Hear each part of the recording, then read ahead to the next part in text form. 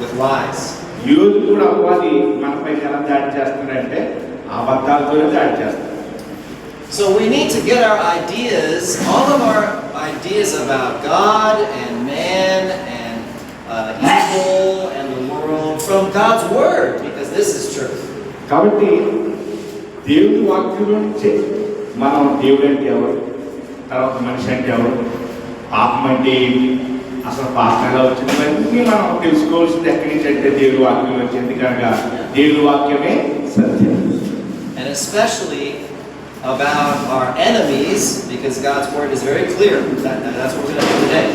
అంతేకాదు మన శత్రువు గురించి కూడా దేవుడి వాక్యం చాలా స్పష్టంగా చెప్తున్నాడు. అందుకని దేవుడి వాక్యం నుంచి వాటి గురించి చూడబోతున్నాం. Maybe you can say the Bible says we have 3 big enemies. మరి మీరు కూడా చెప్పవచ్చు, మీకు తెలుసుకోవడానికి ఏంటంటే బైబిల్ చెప్తుంది క్రైస్తవుడికి 3 ప్రధానమైనటువంటి శత్రువులు ఉన్నారు. Can you say what are the 3? చెప్పండి ఆ 3 ప్రధానమైన. Okay. They said from 1 John chapter 2. Yeah. They said the lust of eyes, the lust of flesh, and the pride of life. Yes. Yes. And or you could say the world, the flesh, the devil. అసలైన మీరు చెప్పింది కరెక్టే. లోకము, మన శరీరము, అలాగనే అపవాది సాతాను.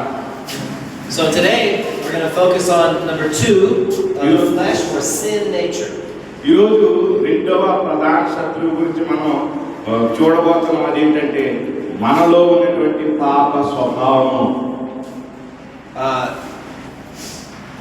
This sin nature is with everybody, even Christians, but we don't talk about this very much. ఈ పాప స్వభావం అనేటువంటిది ప్రతి క్రైస్తవుల్లో కూడా ఇప్పటికీ ఉంది, కానీ దీని గురించి పెద్దగా మాట్లాడుకోమా.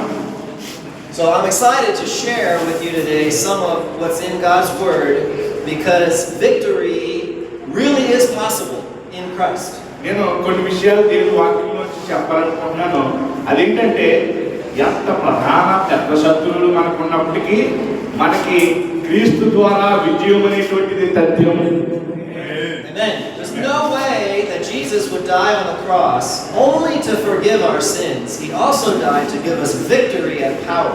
యేసు ప్రభువు కేవలం మన యొక్క పాపాన్ని క్షమించడానికి మాత్రమే శిలువ చనిపోలేదు, కానీ మనకి పాపం నుండి మనం విజయం సాధించడానికి, జీవితాన్ని మన దైనందిన విశ్వాస జీవితంలో జీవించడానికి కూడా ఆయన కల్వరి శిలువలో చనిపోయాడు.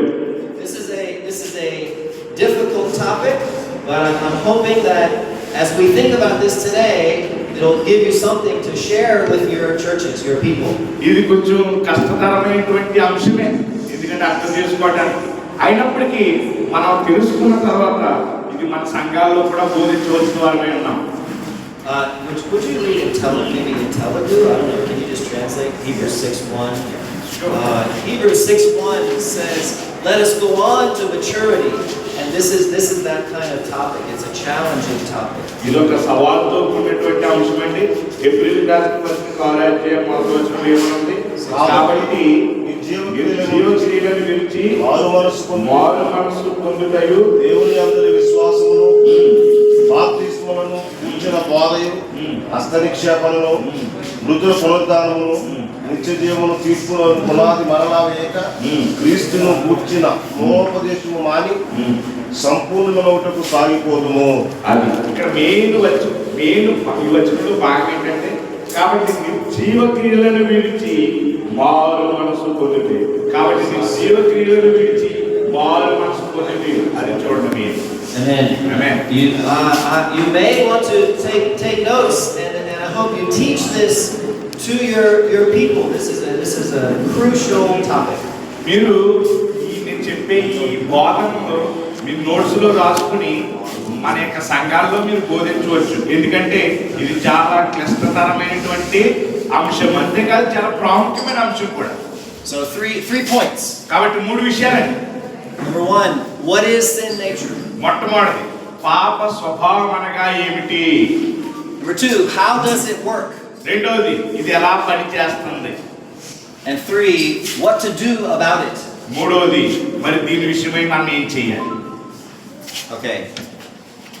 So number 1, what is sin nature? Before we talk about sin nature, we need to go back further, which is the good creation of God. మొట్టమొదటిగా మనం ధ్యానం చేసుకోవాల్సినటువంటి అంశం ఏంటంటే